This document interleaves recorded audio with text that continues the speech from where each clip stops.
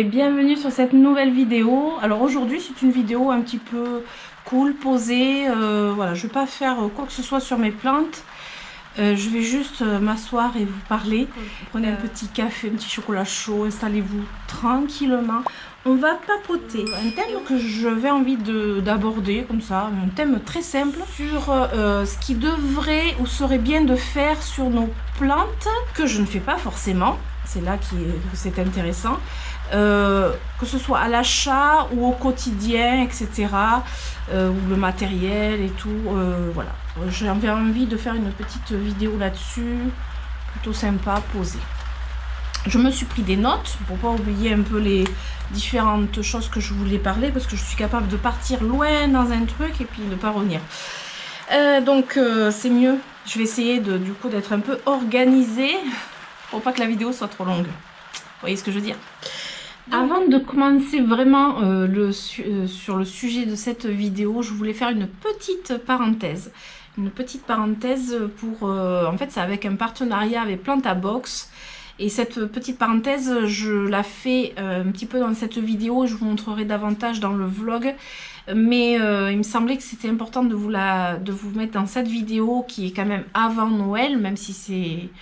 juste avant Noël, on va dire.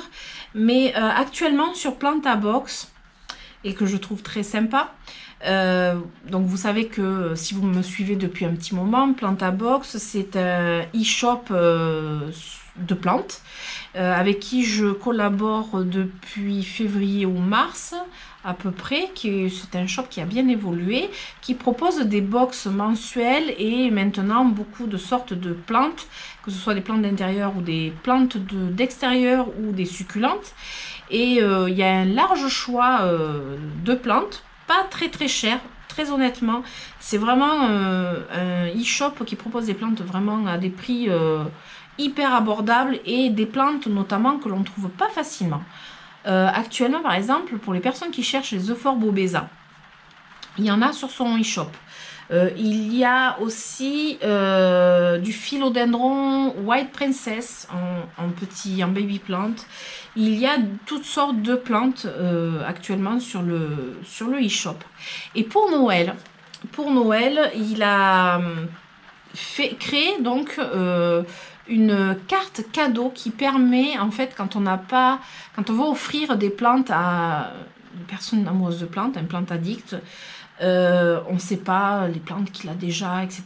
Et c'est vrai que l'idée de la carte cadeau, je trouve ça plutôt sympa, parce que c'est un budget que l'on offre à la personne et qui après peut se commander sur le e-shop pour ce budget, ou plus s'il a envie, mais voilà, c'est déjà un budget, la plante qu'il veut ou les plantes qu'il veut, ou voilà. Alors je sais que les cartes cadeaux commencent à partir de 15 €, et après il me semble qu'il y a 40, 50, enfin voilà, il faut regarder un peu plus, de manière un peu plus approfondie, mais c'est vrai qu'à offrir c'est plutôt sympa, et en plus vous n'avez pas le risque de commander là des plantes et que pour Noël ça n'arrive pas. Par contre la carte cadeau peut encore arriver au moment où je vous en parle.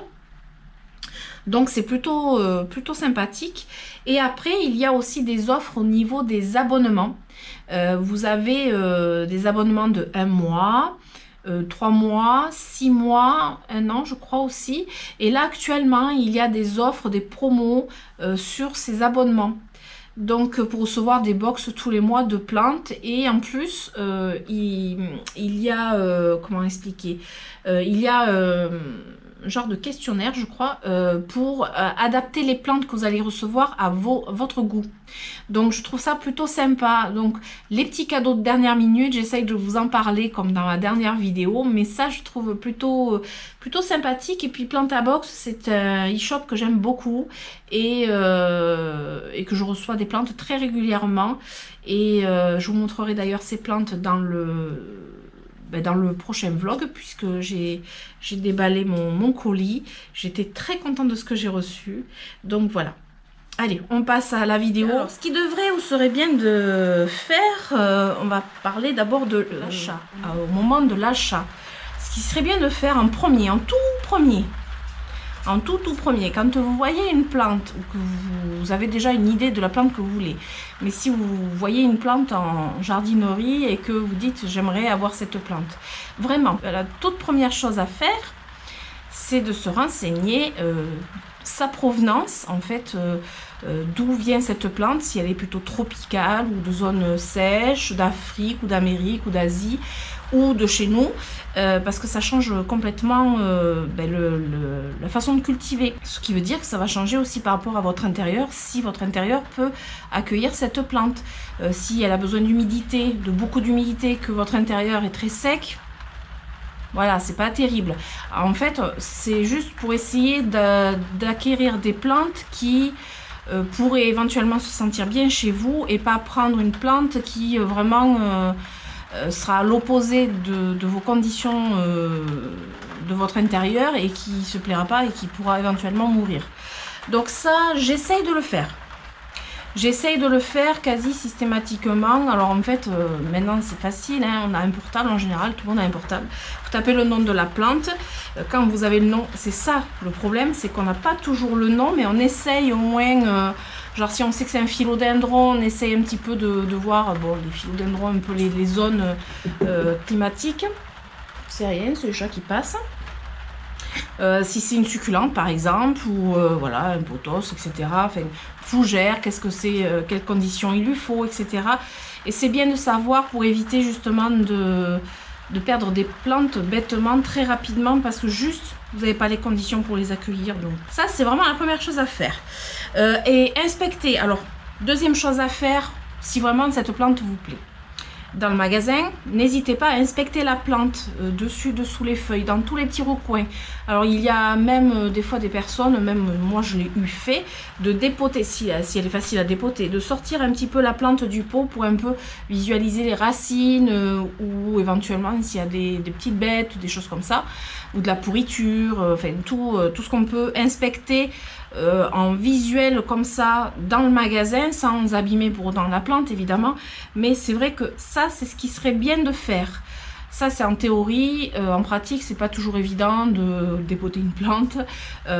Parfois on la regarde mais l'éclairage fait qu'on ne voit pas super bien, ou alors on regarde vite fait, etc. Voilà, bon, moi j'essaye de faire au mieux, c'est pas toujours évident. Un autre truc, alors arriver à la maison, l'idéal déjà c'est de la mettre en quarantaine. Alors ça aussi, c'est pas toujours évident de mettre en quarantaine. Déjà il faut avoir la place, il faut avoir une pièce qui est à l'écart des autres plantes et que l'on peut mettre en quarantaine. Mais cette pièce, il faut qu'elle soit éclairée, ventilée, chauffée de préférence. Et du coup, mettre en quarantaine, bon, l'été encore, c'est peut-être plus simple. Si on a un balcon, on peut la mettre sur le balcon.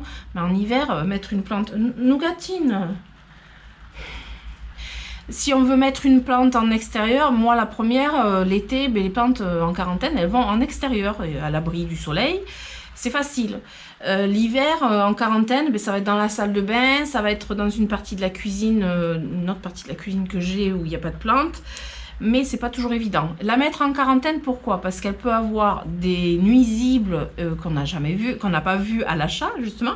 Une maladie, un champignon, quelque chose qui fait que voilà, la plante, elle est potentiellement infestée de quelque chose. Mais je vous rassure, je ne fais pas non plus tout à la lettre. Je mets en quarantaine, c'est pas 40 jours, hein, je mets en quarantaine quelques jours. Si vraiment je vois que la plante elle est très bien, je l'amène sur place. C'est vrai que c'est mieux de la mettre quand même à part. Moi j'essaye de ne pas mettre aussitôt au milieu de mes plantes quand même, pour avoir le temps de voir ne serait-ce que des cochenilles.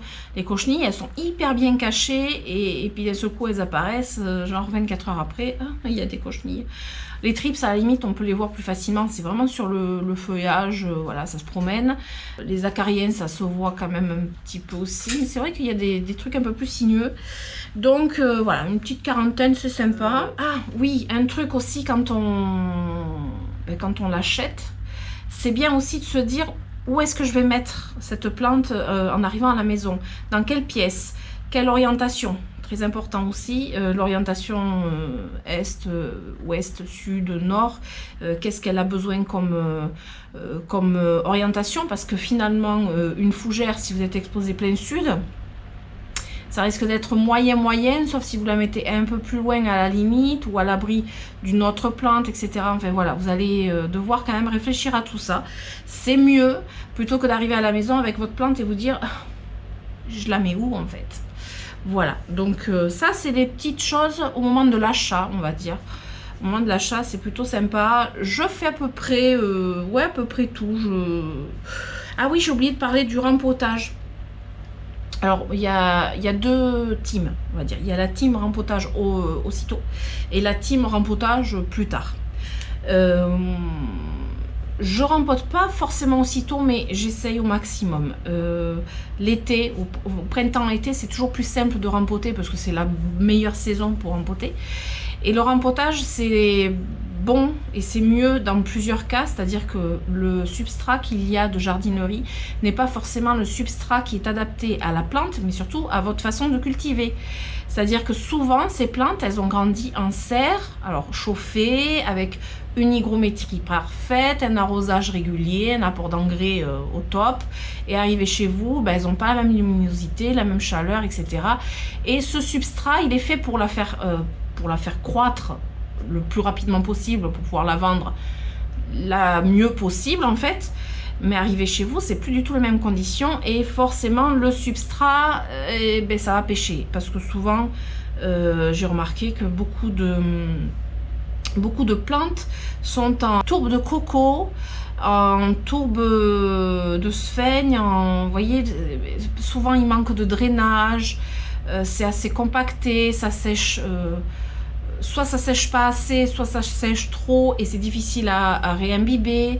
Et puis bien souvent il y a les fameux petits filets dans lesquels en fait cette plante a commencé à vivre sous serre. Au début c'est des tout petits pieds que l'on met dans des pocs ou dans des petits filets ou dans des mousses et c'est très bon pour ces plantes pour les élever en serre, mais pas chez vous après. Donc forcément le rempotage est quand même assez important. Et puis après le substrat, vous le connaissez votre substrat. Par contre le substrat à la jardinerie, vous le connaissez pas. Donc vous pouvez vous faire avoir sur l'arrosage, c'est-à-dire que ça va pas sécher comme vous avez l'habitude que ça sèche. Il y a des risques de noyade ou ça sèche trop au contraire. Et puis je vous parlais du drainage, donc le rempotage est quand même plutôt, je dirais, très important. Après, l'hiver, c'est un peu plus compliqué parce que l'hiver, c'est pas trop la bonne saison pour rempoter. Mais j'essaye quand même de rempoter un maximum. Là, j'ai acheté un pothos il n'y a pas très longtemps. Je sais plus où il est ce pothos. De toute façon, ma table, elle est envahie de plantes puisque là, comme vous pouvez voir derrière, j'ai pas de plantes sur ma plantagère à pothos. Là, tout ça. Tout a été vidé parce qu'il y a du nettoyage à faire. Et puis mes fougères aussi, elles sont là. Enfin bref, ça vous verrez dans mon vlog de samedi. C'est un bordel sans nom. Voilà. La table, elle est prise. Là, j'ai un tout petit coin pour vous filmer. Alors, voilà. Imaginez bien. Donc, je disais, parce que là, je suis en train de m'éparpiller, j'ai un pothos que j'ai acheté il n'y a pas longtemps, là, en jardinerie. Mais celui-ci, je ne l'ai pas rempoté parce que le substrat me paraissait pas trop mal. Après, c'est un pothos. Un pothos, ça va. On y arrive, quoi. En principe, c'est pas non plus catastrophique. Par contre, tout ce qui est succulente, c'est pas tip top en général. Le substrat, quand vous avez de la tourbe dans un pot de succulente, dites-vous que c'est pas bon du tout. Donc voilà, ça c'est les petites choses à faire au moment de l'achat. Voilà, en hiver, ouais, je rempote pas forcément. Mais j'essaye. Mais j'achète beaucoup moins de plantes en hiver. Déjà, pour commencer. Mais voilà. Donc ça, c'est vraiment ouais, la base de ce qu'il faut ou faudrait faire dans l'idéal. Je dis bien toujours dans l'idéal, parce que la théorie et la pratique, c'est pas la même chose. Ce que je fais, ou ce qu'il faudrait faire, c'est pas la même chose non plus, parce que je fais pas tout parfaitement. Donc bien évidemment, moi je vous apporte des petits tips, des petites choses comme ça, mais voilà, c'est ce qui serait bien. Après au quotidien, alors au quotidien les plantes, il y a quand même quelques petites choses de base à faire sur toutes les plantes. Quand je dis de base, c'est vraiment au minimum de ce qu'il faut faire. Au quotidien, alors par exemple l'autre jour je vous ai montré dans un vlog que je nettoyais mon Zamioculcas Raven. Et ça, c'est quelque chose qui, idéalement, faudrait faire sur toutes les plantes, c'est-à-dire nettoyer le feuillage pour que la photosynthèse se fasse au maximum du maximum. Et la photosynthèse, c'est pas compliqué, c'est par les feuilles, les parties vertes des feuilles. Donc il faut qu'elles soient quand même les plus propres possibles pour que la lumière vienne bien sur la feuille, que l'humidité rentre bien au niveau de la feuille. Il ne faut pas qu'il y ait de poussière, de saleté ou de produits qui stagnent dessus en général, voilà, ce qui obstrue les pores de la feuille et elle ne respire pas bien, elle ne fait pas sa photosynthèse correctement. Donc dans l'idéal, il faudrait nettoyer toutes ces feuilles de toutes ces plantes. Alors, je dis bien dans l'idéal parce que forcément, comme je vous disais, le Zamioculcas, je le nettoie. Le Monstera, je le nettoie. Ce qui a des grosses feuilles, je les nettoie. Mais mon pothos qui est là-haut, je le nettoie jamais. C'est pas compliqué. Je crois que j'ai nettoyé juste au niveau de la base, vraiment ce qui est à ma hauteur. Mais je monte pas sur un escabeau, faire feuille par feuille. Donc... voilà, mais c'est un pothos, donc ça va. Là, je vois que j'ai 2 feuilles jaunes à enlever, mais voilà. Après, tout ce qui est fougères, mais par exemple, là, je les ai passées à la douche. Ça permet aussi de nettoyer les feuilles. Ça permet d'enlever la poussière, voilà, de leur donner de l'humidité, etc. Ça, c'est bien. Alors, très honnêtement, moi, mes pothos qui sont sur la plantagère, je ne me les amène pas dans la douche et je les douche pas tous et je fais pas ça, c'est pas vrai. Donc, mes pothos ne sont pas nettoyés vraiment régulièrement, dépoussiérés. C'est pas bien. C'est pas bien, mais je le fais pas. Qu'est-ce que... Après, il y a des plantes avec des petites feuilles. Honnêtement, moi, je les dépoussière pas franchement non plus. Après, par contre, tout ce qui est philodendron avec les grosses feuilles, ben ça c'est quand même assez simple, avec un petit chiffon, une petite chiffonnette, un bibet d'eau, juste un bibet d'eau ça suffit. Vous passez dessus et ça enlève la poussière dessous, puisque ça, la feuille respire aussi par en dessous et la poussière se met un peu partout. Donc ça, c'est vraiment un truc dans l'idéal, il faut faire très régulièrement. C'est comme au même titre de nettoyer ses vitres, parce que ça paraît tout bête, hein, mais quand je dois vous faire rire, quand je vous dis je nettoie mes vitres, mais les vitres, quand elles sont sales, ça laisse pas passer la lumière au top pour les plantes et du coup, elles peuvent manquer de lumière puisque les vitres sont sales. Alors moi, elles sont vite sales parce que ça donne... sur le jardin, l'été quand on arrose, forcément avec le tuyau, forcément j'ai des projections sur les vitres, donc ouais, je suis souvent après mes vitres parce que déjà l'esthétique, les vitres sales c'est pas terrible, mais aussi pour les plantes il faut que les vitres soient propres au même titre que le feuillage. Alors je dirais que je fais plus souvent mes vitres que nettoyer les feuillages quand même, mais bon. Donc ça c'était pour le feuillage. Je réfléchis s'il y avait autre chose. Sinon, hein, si vous avez la possibilité d'amener vos plantes à la douche et juste les doucher, moi le Monstera je peux pas le doucher par exemple, je peux pas l'amener à la douche, le Philodendron Sellum non plus. Enfin, il y a des plantes qui sont tellement énormes que de toute façon le Monstera il passe même pas la baie vitrée pour sortir et pour aller à la douche déjà, donc c'est mort. Mais il aura toujours les feuilles bien propres, bien brillantes, parce que vraiment lui, je le nettoie très régulièrement. Alors inspecter régulièrement, ça c'est super important, et ça c'est quelque chose que je fais. Inspecter, par exemple, je vous ai fait une vidéo où au niveau des Oyas, je sais qu'il y a un risque de cochenille. Inspection.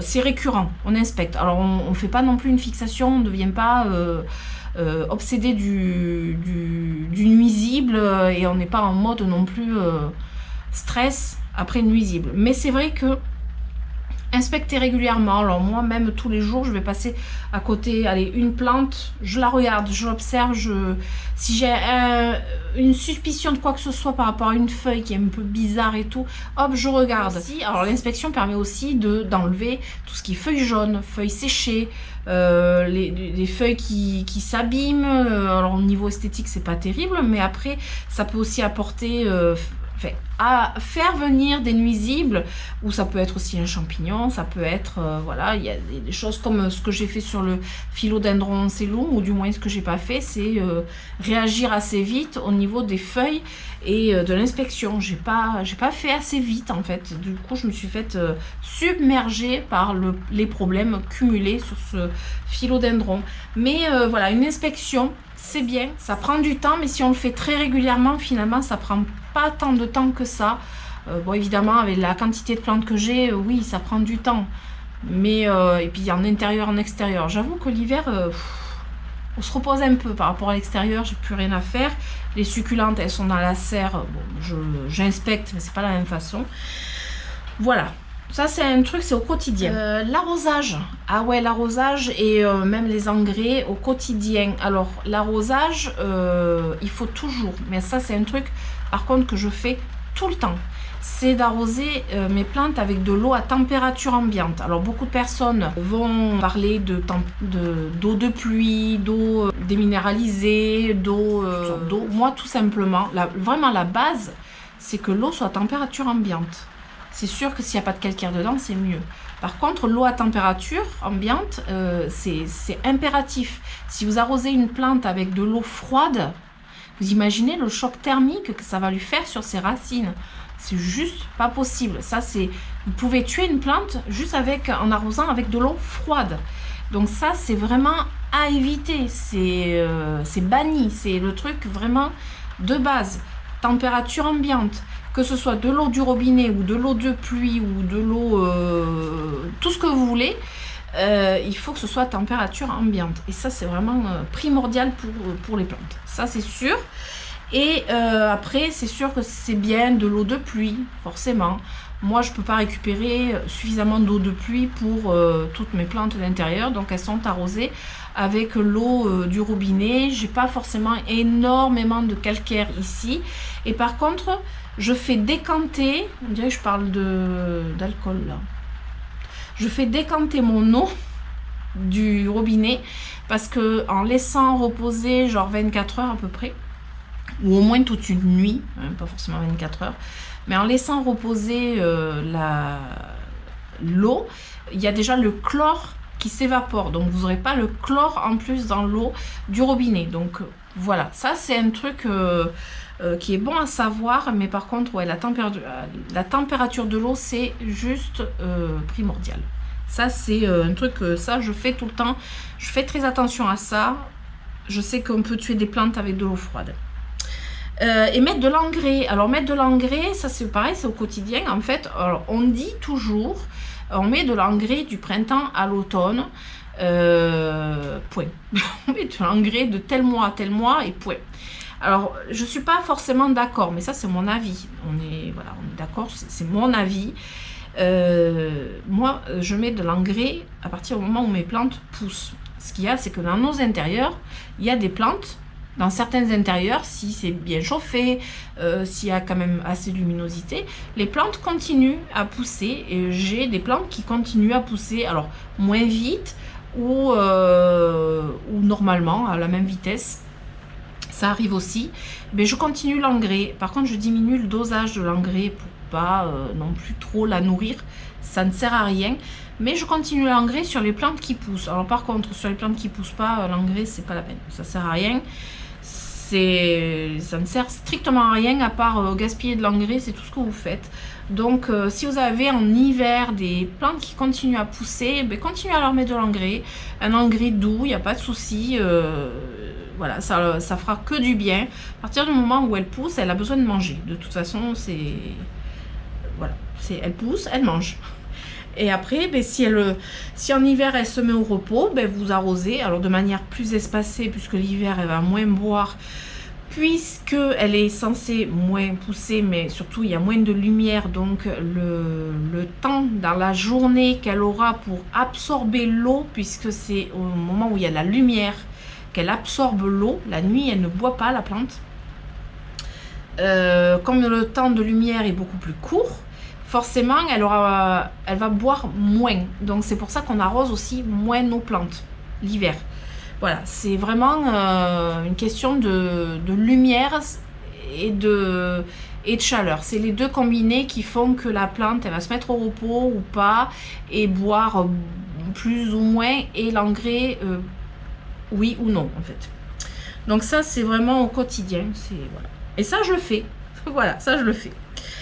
Ensuite pour le matériel. Alors bon là c'est honte à moi, hein. Voilà. Mettre des gants quand on s'occupe de nos plantes, mais surtout quand on utilise du produit, des engrais, des choses comme ça, on met des gants. Ou quand on manipule certaines plantes comme les euphorbes, comme certains cactus, tout ça, on met des gants. Je ne le fais pas systématiquement, c'est pas bien, il faut le faire, voilà, il faut le faire. Moi, ce que je fais, c'est pas forcément bien. Et là, pour ce coup-là, c'est vraiment pas bien. Des fois, je mets des gants, mais alors, comment vous dire, c'est même pour faire la vaisselle, il faut mettre des gants, mais j'ai tendance à pas mettre des gants. Après, j'ai les mains très sèches. C'est pas bien, c'est pas bien. Mais je vous dis, franchement, mettez des gants quand vous utilisez des produits, quand vous manipulez certaines plantes. Il y a des plantes comme, il me semble que c'est le Dieffenbachia, qui est très toxique. Voilà, pour le manipuler, c'est... Voilà. Mettez des gants. Voilà. Ouais, je vous donne les bons conseils que je n'applique pas, mais je vais essayer de les appliquer, franchement. Un autre truc aussi que je fais, mais partiellement, et ça c'est pas bien, et ça franchement il faut le faire, c'est désinfecter tout le matériel que vous utilisez quand vous entretenez vos plantes. Ça va être le ciseau, le sécateur, même le testeur d'humidité que vous plantez dans le pot. Normalement il faudrait juste après désinfecter, parce que si vous passez d'un pot à un autre, qu'il y a quelque chose dans un pot et que vous amenez à une autre plante, quand vous coupez une feuille, mais c'est valable pour le jardin aussi, un sécateur, si vous coupez une plante et que vous allez couper une autre plante, vous pouvez amener une maladie à une autre, voilà, vous pouvez... donc il faut désinfecter. Alors il y a plusieurs astuces pour désinfecter, hein. Vous pouvez avoir de l'alcool avec du coton, vous pouvez simplement nettoyer à l'eau savonneuse quand vous avez de quoi nettoyer à l'eau savonneuse à côté. Bien souvent on n'a pas. Mais une autre astuce, avec un briquet, vous passez la lame au feu du briquet. Ça désinfecte votre lame. Juste, vous avez un briquet. L'idéal c'est d'avoir un briquet sur soi. Que j'ai pas systématiquement parce que je ne fume pas. Alors mon mari fume, il faudrait que je lui pique un briquet en fait. C'est pas bien de fumer, attention, c'est pas bien du tout, je suis contre ça. Mais un briquet, vous passez la lame dans le briquet et vous êtes sûr que vous avez désinfecté votre lame très rapidement, et c'est vrai que c'est pratique à avoir en fait, un briquet.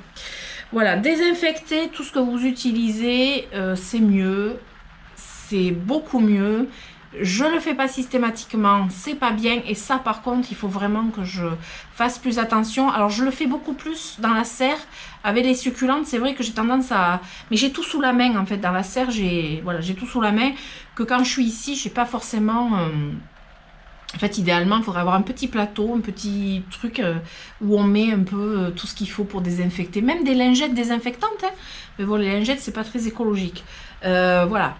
Essayez d'avoir un petit quelque chose pour désinfecter au fur et à mesure quand vous coupez vos feuilles, etc. Voilà. C'est mieux. Et alors, un truc, ouais, je fais une fois sur 2, sur 3, je sais pas, c'est laver les pots aussi. Quand vous dépotez, que le pot, vous allez le mettre de côté, il faut le laver à l'eau savonneuse. Bon, il y en a qui passent au lave-vaisselle. Moi, je passe jamais mes pots au lave-vaisselle, sinon je ferai des lave-vaisselle tout le temps. Là, j'ai une pile de pots qui attend à... J'ai une cuisine extérieure avec un robinet et du produit. J'ai une pile de pots qui attend que je les lave. Ils attendent, mais là ils attendent depuis plusieurs semaines, mais bon, ils vont attendre, hein. L'eau elle est fraîche, hein, dehors, je peux vous dire, et j'ai pas envie de rentrer tous mes pots en intérieur dans la cuisine pour laver des pots, parce que c'est de la terre, c'est plein de... voilà, mais il faut laver les pots avant de les réutiliser pour une autre plante, c'est mieux, franchement c'est mieux. Je le fais pas à 100%, voilà, faut être honnête, je le fais pas à 100% à tous les coups, je nettoie pas forcément, j'enlève le plus gros, je dégrossis, mais laver vraiment laver à l'eau savonneuse, je le fais pas systématiquement, c'est pas bien, il faut le faire, voilà. Donc ça c'est un petit peu, je crois que j'ai fait le tour. J'ai fait le tour. Après, je pourrais vous dire aussi, quand vous arrosez, ne jamais laisser l'eau dans la soucoupe, de l'eau stagnée. Je pourrais vous dire aussi, quand vous arrosez, il faut faire bien égoutter votre plante avant de la remettre en place, si vous la mettez dans un cache-pot, par exemple. Qu'est-ce qu'il y a d'autre? Quand vous mettez du produit anti-trips, cochenilles, machin, truc, tous les produits antifongiques, etc. Ça serait bien de rincer la plante après. Je le fais pas systématiquement d'ailleurs, je le fais pas. Le Monstera, je l'ai mis du produit il n'y a pas longtemps, mais c'est en fine couche, je bombarde pas toute la plante, enfin bon, voilà. Il y a des petites choses aussi comme ça. Qu'est-ce qu'il y aurait d'autre? L'hiver, on rapproche nos plantes de la lumière, parce que forcément, elles sont un petit peu moins exposées, suivant notre exposition, mais même comme ça, la luminosité, elle baisse, donc c'est mieux de rapprocher. Après, il y a plein de petites choses comme ça, des petits tips, des petits trucs qui font que c'est mieux pour nos plantes. Je ne fais pas systématiquement. Par contre, un gros nettoyage régulier, ça c'est très important. Déplacer vos plantes et faire un gros nettoyage comme je fais par zone. Vous voyez, quand je filme régulièrement, je nettoie une zone et à chaque fois je nettoie. Alors je fais les vitres, les poussières, je déplace mes plantes et je découvre parfois certaines choses sur mes plantes. Des fois elles ont super bien poussé dans le sens inverse de ce que je les vois, et puis je me dis waouh, c'est top, ça, je suis contente. Donc c'est bien de déplacer les plantes pour nettoyer, de faire un gros nettoyage, c'est très très important aussi. Voilà, je crois que je vais arrêter cette vidéo là parce que je crois que ça fait au moins une demi-heure que je parle. Je pense que j'ai fait le tour. Oui, je pense que j'ai fait le tour. Si vous saviez le bazar que j'ai partout autour, je vous montrerai ça dans le vlog parce que je vous assure, vous rigoleriez juste l'emplacement que j'ai pour filmer cette vidéo. J'ai vraiment la place pour mon petit cahier et la caméra et mon téléphone qui me sert de retour caméra. J'ai ma lampe et puis voilà. Voilà. Du coup, j'espère que cette vidéo vous aura plu. Et puis si c'est le cas, je vous invite à mettre des pouces, puis à vous abonner. Voilà, ça aide ma chaîne à évoluer. Ça permet à ma chaîne d'être un peu plus visible sur YouTube, qu'elle soit mise un peu plus en avant et que d'autres personnes puissent en bénéficier, passer du bon temps aussi. Voilà, on peut être plus nombreux sur la communauté, c'est toujours sympa, puis ça motive, faut pas rêver, ça motive. Hein, je vais pas dire que je m'en fiche du nombre de vues, parce que le nombre de vues, c'est ce qui fait aussi que ma vidéo est plus visible. Le nombre de vues, le nombre de pouces, voilà, tout fait qu'on a envie d'être plus visible. Tout le travail que je fais là, c'est pas juste pour rester dans mon coin, c'est pas vrai. C'est que voilà, on a envie d'avoir de la visibilité parce qu'on a envie de partager beaucoup plus. Et le seul moyen, c'est de s'abonner, de liker, de commenter, même si je suis en retard encore dans les commentaires. Mais je prends toujours plaisir à vous lire, mais juste en retard. Voilà. Donc j'arrête de blablater et on se retrouvera pour le prochain vlog samedi, même si c'est le 24 décembre. Et en attendant, je vous fais d'énormes bisous et je vous dis à très vite. Ciao, ciao!